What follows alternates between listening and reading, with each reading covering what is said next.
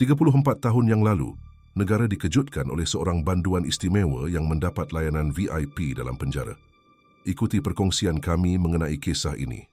Ramai yang mungkin tidak tahu tentang Abdullah Ang, seorang ahli perniagaan yang didakwa menerima layanan istimewa di penjara Kajang pada tahun 1989. Pembongkaran eksklusif oleh sebuah akhbar tempatan ini benar-benar berani dan penuh risiko. Siapa Abdullah Ang?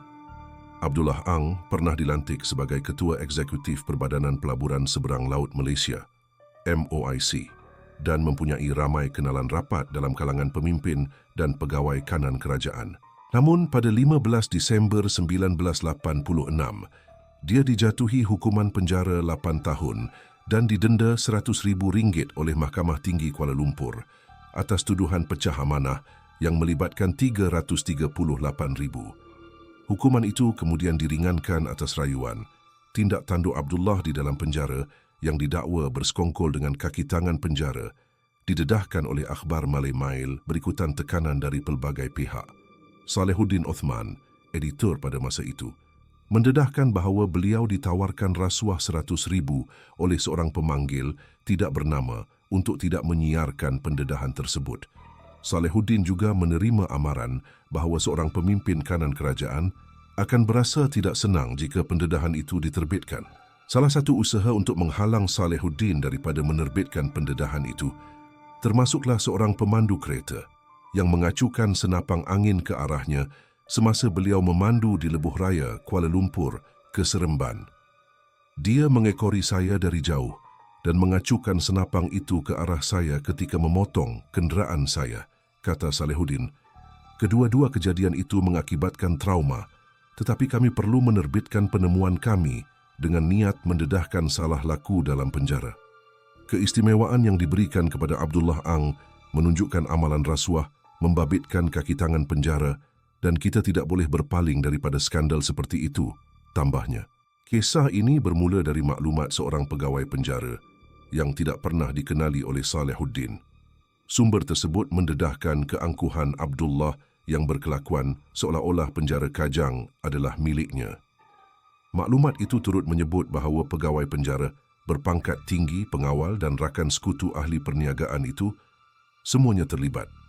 Lebih mengejutkan ialah pendedahan bahawa sel banduan Abdullah dilengkapi dengan karpet peti sejuk, DVD player, TV, internet, katil angin dan tandas khas sendiri. Abdullah juga dikatakan menghadiahkan katil angin kepada pegawai penjara tertentu. Pada hari-hari Abdullah berada di ladang orkid di Mantin, dia sering menjamu selera di gerai, berdekatan dengan ditemani rakan perniagaannya yang tiba dengan kereta mewah. Untuk makan tengah hari, Abdullah akan meminta pemilik gerai memasak udang, ayam atau apa sahaja yang disukainya. Biasanya memesan makanan untuk 4 orang. Pegawai tidak mengendahkan perkara ini, walaupun banduan akan diberikan sarapan pagi, makan tengah hari dan minum teh di ladang. Sepanjang berbulan-bulan Abdullah bekerja di ladang itu dengan gaji harian RM5, dia akan membelanjakan antara RM450 hingga RM550 sebulan untuk makanan yang akan dibayar pada akhir bulan oleh rakan perniagaannya.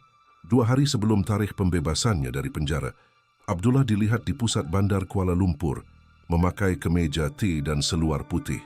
Berita ini sampai ke pengetahuan Malay Mail yang segera menghantar wartawan dan juru gambar untuk menjejaki banduan tersebut.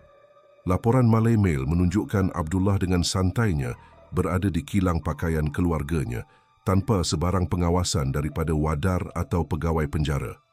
Namun, ketika juru gambar Malay Mail sedang merakamkan kelibatnya, Abdullah terperasan dan terus menutup wajahnya dengan sehelai tuala. Apabila kes ini diajukan kepada pegawai penjara, mereka mendakwa Abdullah terlibat dalam sebuah sistem di mana banduan dibenarkan bekerja di luar sebagai persediaan pra-pembebasan. Namun, menurut Allahyarham Datuk Zainuddin Maidin, Zam, dalam tulisannya, Abdullah sebenarnya diberi keistimewaan dengan berulang-alik antara penjara Kajang dan bandar raya untuk minum teh tarik, membaca akhbar dan menguruskan perniagaannya di Jalan Ipoh, Kuala Lumpur. Pun begitu, Zam menyatakan bahawa di sebalik ketidakjujurannya, Abdullah Ang mempunyai perwatakan luar biasa dan mampu menjelmakan dirinya sebagai seorang yang berkualiti dalam dunia perniagaan dan perusahaan. Keistimewaan yang dinikmati Abdullah adalah kerana pengaruh dan hubungan baiknya dengan pemimpin tertinggi negara. Perdana Menteri ketika itu, Dr. Mahathir Mohamad, mengarahkan agar rombakan dibuat di Jabatan Penjara untuk menyerupai struktur polis. Harapan kita adalah agar keistimewaan seperti itu tidak lagi wujud. Banduan seharusnya tidak dibenarkan berada di luar dan melanggar sistem perundangan negara.